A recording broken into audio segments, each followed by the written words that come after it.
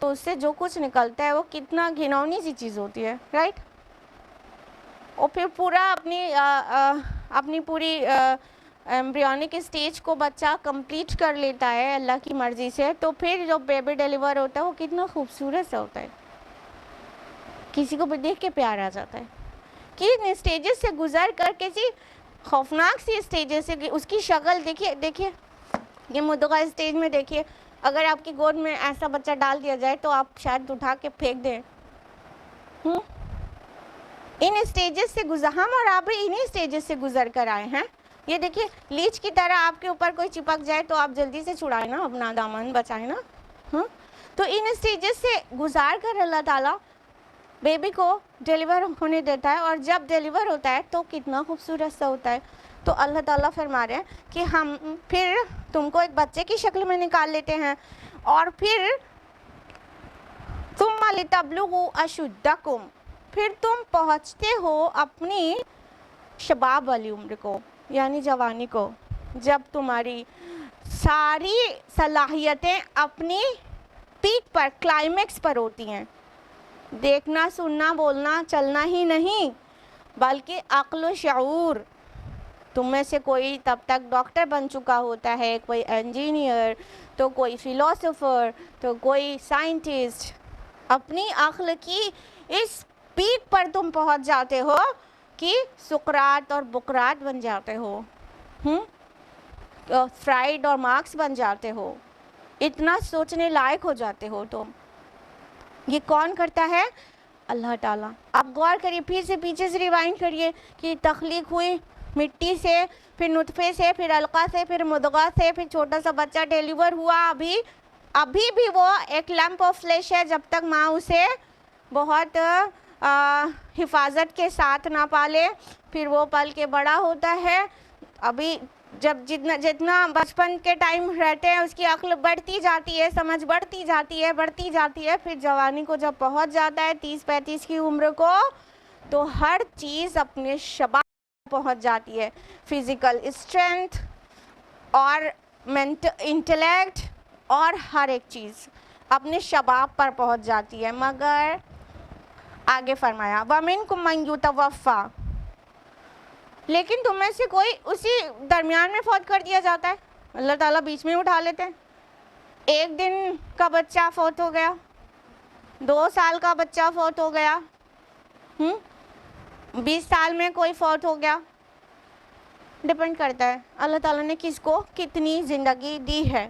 تو کوئی تو بیچ میں ہی اٹھا لیا جاتا ہے، اللہ کی طرف ریٹرن ہو جاتا ہے. یہ بھی ٹوٹل اللہ کی پلاننگ ہے کوئی روکنے والا. اچھا، ہم لوگ موت پہ تو ایمان لے آتے ہیں، آخرت پر ایمان لانے میں پریشانی ہوتی ہے. ریزن ایک دم صاف ہے، موت دکھائی پڑ جاتی. کوئی مر جاتا تو دیکھتے ہیں ہم مر گیا، لیکن ریوائیو ہونا، ریزریکشن ہونا، وہ روز روز دکھائی ایسے نہیں پڑتا. حالانکہ اللہ تعالیٰ نے کچھ اسپیشل ریزریکشنز بھی کر کے دکھا دیا ہے، ثابت کر دیا. ارے آپ لوگ بھول گئے ہیں کیا؟ دیکھیے وہ جو بقرہ، سورہ بقرہ میں وہ گائے والا واقعہ ہے. اس کو اس گائے کا گوشت ٹچ کیا جاتا ہے، وہ زندہ ہو جاتا ہے، اپنے قاتل کا نام بتا دیتا ہے، پھر مر جاتا ہے.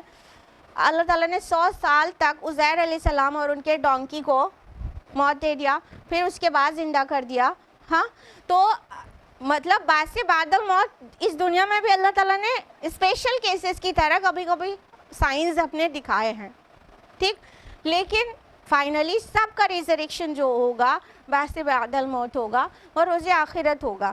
تو فرمایا کہ کوئی تو بیچ میں ہی فوت ہو جاتا ہے، لیکن اور کوئی ہوتا ہے وَمِنْكُمْ مَنْ يُرَدُّ إِلَىٰ أَرْذَلِ الْعُمُرِ، لیکن تم میں سے کوئی پہنچ جاتا ہے ایک دم بڑھاپے کی نکمی عمر کو، اور اس کو ڈسکرائب کیا گیا لِكَيْ لَا يَعْلَمَ مِن بَعْدِ عِلْمٍ شَيْئًا، کہ علم کے بعد پھر کچھ علم نہ رہ جائے.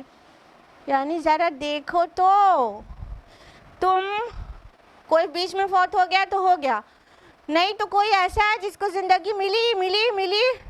وہ ایک ٹائم پہ سقراط کو چیلنج کرتا تھا، اور پھر اس کی عمر ڈھلی 90 کا ہو گیا، ڈیمنشیا ہو گیا اس کو، اب کچھ یاد واد نہیں ہے. اس نے بہت کام کیا، بہت عقل سے بہت کچھ کر دیا، نہ جانے کیا بس سائنٹسٹ تھا تو نہ جانے کیا کیا چیز اس نے ڈسکور اور انوینٹ کر دی، اور ڈاکٹر تھا تو کتنی خدمات اپنی دے دی، کتنی بڑی بڑی کتابیں لکھ دی جو آئندہ بھی لوگ اس سے فائدہ اٹھاتے رہیں گے. یا تو سب سے خاص بات اگر وہ بہت بڑا سائیکالوجسٹ تھا یا فلاسفر تھا، تو فلاسفی اس کی اپنے شباب پر پہنچی تھی ایک ٹائم پر، اور پھر کچھ دن کے بعد وہ اتنا بوڑھا ہو گیا کہ اسے اپنا ہی شعور نہ رہا، وہ بچوں جیسا ہو گیا. زیادہ بڑھاپا بچوں جیسے پوزیشن میں لا دیتا ہے، نہیں لا دیتا. بچے اپنے سے ہاں ایک دم چھوٹے ہوتے ہیں تو بستر گیلا کرتے ہیں، بستر پہ پڑے پڑے، جب بہت زیادہ بوڑھے ہو جاتے ہیں تو پھر ڈائپر لگنے لگتا ہے، ہاں کہ نہیں؟ بچے عجیب باتیں کرتے ہیں، ہنسی آتی ہے، عقل سے آ رہی ہوتی ہے وہ باتیں، بڑھاپے میں عجیب باتیں کرنے لگتا ہے نہیں انسان، بہت بڑھاپے میں. ایکچولی ہمارے نبی صلی اللہ علیہ وسلم نے ایسے نکمے عمر کو پہنچنے یعنی اتنے بڑھاپے کو پہنچنے سے اللہ کی پناہ مانگی ہے. صبح شام کے اذکار پڑھتے ہیں آپ لوگ، اس میں آپ یہ الفاظ پڑھتے ہیں رب اعوذ بک من الکسل وسوء الکبر، اللہ میں آپ کی پناہ چاہتی ہوں کاہلی سے اور بڑھاپے کی برائی سے، جو بوڑھا ہو کے ایک دم سے انسان ڈیپینڈ ہو جائے کسی پر. یہ ڈیپینڈنسی ہمارے نبی نے اپنے لیے پسند نہیں کی ہے، اور بڑھاپے کو پہنچنے، ایسی نکمی عمر والے بڑھاپے کو پہنچنے سے اللہ کی پناہ مانگتے تھے. من ان ارد الی ارذل العمر، یہ الفاظ بھی آتے ہیں کہ میں اس بات سے پناہ چاہتا ہوں کہ پہنچوں ایسی نکمی عمر کو، یعنی ڈیپینڈ ہو جاؤں. تو کتنے قابل لوگ بہت زیادہ بڑھاپے والے عمر تک بھی پہنچ جاتے ہیں اور پھر بچوں جیسی چیزیں کرنے لگتے ہیں. کل تک انہوں نے کتنے لوگوں کو تیار کیا تھا اپنے علم سے، اور آج ان کو خود کو علم نہیں، ڈیمنشیا ہو جاتا ہے ان کو کچھ یاد نہیں رہتا. ابھی صبح جو بولے تھے وہ بھی دوپہر میں نہیں یاد رہتا ان کو. اب کیا ہے اس میں غور کرنے کے لیے نشانی ہے اللہ کی طرف سے. یہ سائنس کا کلاس نہیں لگا ہے نا، غور کرنے کے لیے نشانی ہے اللہ کی طرف سے کہ ذرا دیکھو تو تم اپنی لائف سائیکل دیکھو، کہاں سے بگن ہوا تھا آلموسٹ اسی طرف پہنچ گئے. کہاں سے بگن ہوا تھا؟ مٹی سے، نطفے سے، علقہ سے، پھر مضغہ سے، پھر لحمہ عظامہ یعنی گوشت اور ہڈی، پھر اس کے بعد چھوٹا سا بیبی، پھر کمزور سا عقل والا نہیں، پھر وہ مضبوط ہوا ایک کلائمیکس کو پہنچا، اپنی پیک کو پہنچا، پھر کچھ دن رہا اس پہ، اور پھر اس کی جو صلاحیتیں ہیں وہ ڈکریز ہوئیں اور پھر بچے والی یہ ایسے گیا اور ایسے بچے والی عمر کو آ گیا، اور وہ مٹی سے بنا تھا فوت ہو گیا، مٹی میں مل گیا. یہ ایسے ہے ہماری لائف سائیکل، مٹی سے ابھرتے ہوئے کلائمیکس کو پہنچتے ہوئے کم ہوتے ہوئے مٹی میں مل جاتے ہیں فوت ہو کر. تو ذرا غور تو کرو، یہ سب الٹ ٹپ نہیں چل رہا ہے، اس کا بہت بڑا اس کے پیچھے اللہ تعالیٰ کا مقصد ہے. تم کو اللہ تعالیٰ جو صلاحیتیں دیتے ہیں، جو اپنی پیک پہ پہنچتے ہو تو تم ٹیسٹ ہو رہے ہوتے ہو، پھر ان سب چیزوں کا تمہیں جواب دینا ہے جو تم اپنی عقل و شعور والی زندگی میں جو کچھ کرتے ہو. ظاہر بات ہے جب تک بچے بالغ نہیں ہو جاتے تو وہ ان سے قلم اٹھے ہی رہتے ہیں، ان کے عمل نہیں لکھے جاتے ہیں. جب عقل اتنی آ جاتی ہے، بلوغت تو پہنچ جاتے ہیں، تو پھر ان کے اعمال لکھے جاتے ہیں. اور ظاہر بات ہے کہ اگر بڑھاپے کی اس عمر تک پہنچ جائے کہ پھر کچھ نہیں سمجھتے تو پھر قلم اٹھا لیے جاتے ہیں. ٹھیک ہے، تو اللہ تعالیٰ پورا ہماری لائف سائیکل بیان کر کے غور کرا رہے ہیں کہ جو خالق، جو ذات تم کو مٹی سے پیدا کر کے پھر تم کو اتنا عقل والا، اتنے شعور والا، اتنا مطلب جس میں غرور بھی ہو جاتا ہے، یہ ایسا والا بنا دیتا ہے، اور جب اس کی مرضی ہوتی ہے وقت تک ہوتے ہوتے تم پھر اسی ایک دم پستی میں پہنچ جاتے ہو، تو اس خالق کے اوپر تم شک کرتے ہو کہ تمہیں آؤٹ آف نتھنگ اس نے کریٹ کر دیا، اور وہ عاجز ہو گیا تمہارا ریوائیول کرنے میں، وہ عاجز ہو گیا تم کو رینیو کرنے میں، وہ عاجز ہو گیا تم کو دوبارہ مٹی سے نکالنے میں. پہلی بار تم کو مٹی سے نکالا, تم ٹرن ہو گئے واپس مٹی کی طرف مر کر. جب انسان چاہے کچھ بھی جلا دیا گیا ہو, مچھلی کے پیٹ میں ہو, کہیں بھی ہو, ضروری نہیں مٹی میں دفنایا گیا ہو تو مٹی کی طرف لوٹا, جہاں کہیں بھی ہے اس کی باڈی ڈس انٹیگریٹ ہو کر وہی ایلیمنٹس ریلیز کرے گی جو مٹی میں ہوتے ہیں. یعنی اگر ہم کیلشیم, میگنیشیم, فاسفورس کے بنے ہوئے ہیں تو یہ ایلیمنٹس مرنے کے بعد ریلیز ہو کے مٹی میں مل جاتے ہیں. ٹھیک ہے, تو پھر مٹی میں پہنچ گئے, تو پھر تمہارا اللہ عاجز ہو گیا اس بات سے کہ تم جب کچھ بھی نہیں تھے تم کو بنا دیا, تو اب تو ایک بار بنا چکا ہے, اس کو دوبارہ بنا دے تو زیادہ مشکل ہے اس کے لیے. کوئی بھی چیز پہلی بار بنانا مشکل ہوتی ہے, دوسری بار تو آسان ہی ہوتی ہے. اعادہ کرنا آسان کام ہوتا ہے بنسبت کریٹ کرنے کے, پہلی بار بنانے کے. تو تمہارا اللہ دوبارہ نہیں بنا دے گا.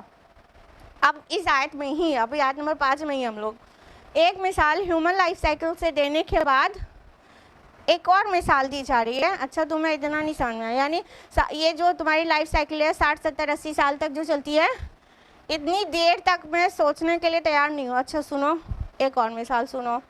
وَتَرَ الْأَرْضَ حَامِدَةً, اور تم دیکھتے ہو زمین کو خشک اور بنجر. حامدہ ورڈ جو آیا ہے اس کا مطلب ہوتا ہے بالکل بیکار, خشک, جس میں کچھ بھی مطلب کچھ بھی نکل نہیں سکتا ہو, انفرٹل لینڈ. ٹھیک ہے, جس سے کچھ بھی ویجیٹیشن نہیں ہو سکتا ہو.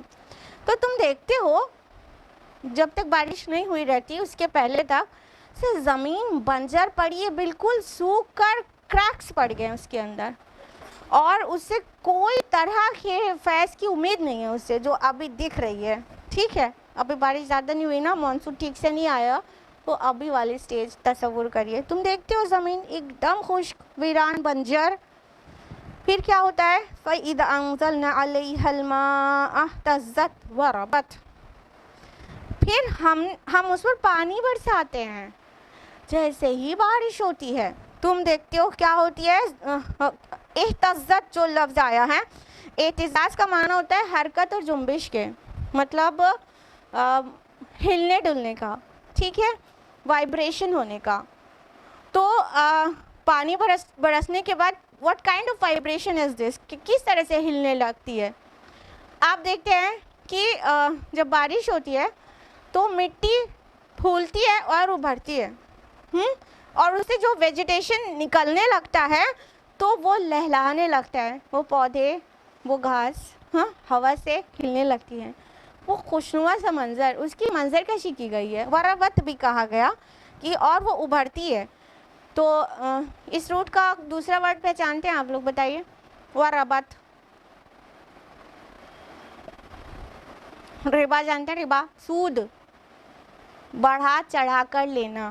ٹھیک ہے, اور ربوا ورڈ آیا ہے نا سورہ بقرہ میں کہ اونچائی پر. ٹھیک ہے, اونچائی پر, تو اس کا مطلب ہوتا ہے ابھرنا, اونچا ہونا.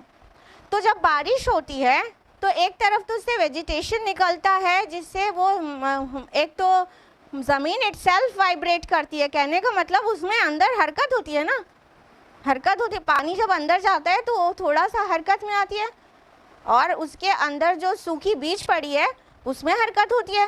پھر وہ جب کوپل پھاڑ کے اوپر نکالتی ہے اور اندر بیچتی ہے تو زمین میں اور حرکت نہیں ہوگی, ہلے ڈولے گی نہیں.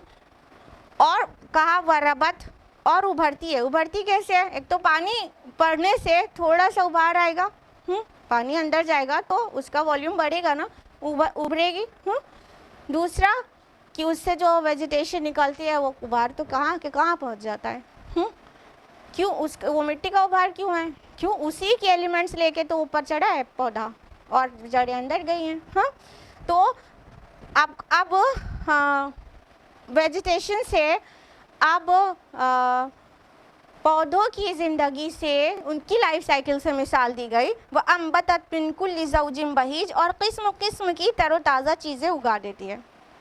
فرمایا تم دیکھتے ہو بنجر زمین پڑی ہے, پھر اس پر ہم بارش برساتے ہیں, تو ابھی جہاں لائف سٹاک کا کوئی نام و نشان نہیں تھا, تم دیکھتے ہو کہ وہاں پر